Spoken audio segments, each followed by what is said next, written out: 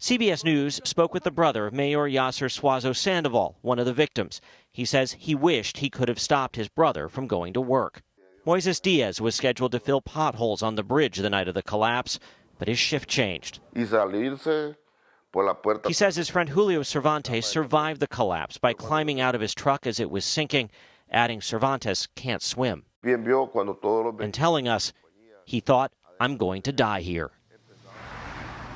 The Biden administration has authorized an initial $60 million to help with the recovery efforts. That is really just a down payment. The final cost will be much, much more than that. The Army Corps of Engineers is not yet ready to talk about a timeline for when the port can reopen because the work is so exacting. They have to get everything off the bottom of that channel. Why? Because there's only about 12 to 18 inches of clearance between the bottom of the channel and the hull of a cargo ship loaded down with containers. Chanel and Vlad? Chris, thank you. And CBS's Camilo Montoya-Galvez is also in Maryland this morning, joining us now with more on this developing story. Camilo, we understand we spoke with one of the victim's brothers. Tell us more about that conversation. Good morning, Chanel. We spoke to Carlos Alexis, the older brother of Maynor Suazo Sandoval, one of the construction workers here whose body has yet to be found. The two brothers from Honduras shared a meal just this past Sunday, and here's how Carlos Alexis described the last time he saw his brother. When you were talking to him on Sunday, did you ever think that was going to be the last time you saw him? No. No. Me preguntan a mí, ¿qué es lo último que te faltó decir? Si yo lo hubiera sabido, no lo dejo ir a trabajar. Mi hijo no tengo, no lo dejo ir. Si tú presentías, Dios mío, ¿cómo voy a saber? You would have stopped him from going to work Claro, if you had known. Si hubiera presentido algo, ella misma me decía. Lo hubieras parado. Correcto, yo.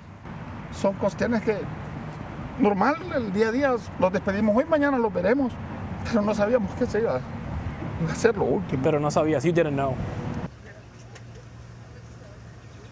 Chanel, Carlos Alexis told us that if given the chance, he would have traded places with his brother. That's how much they loved each other. And one of the other heartbreaking things that Carlos Alexis told us is that Maynor's 6-year-old daughter, who is really young, still in school, cannot fully comprehend and understand what has happened. She believes, according to her uncle, that her dad is still at work. Oh, Camilo, just a heartbreaking story. And we also know the remains of 4 construction workers, including those of Carlos's brother, won't actually be recovered until some of that debris is removed. Talk about how difficult this waiting period is for the families and the broader community there.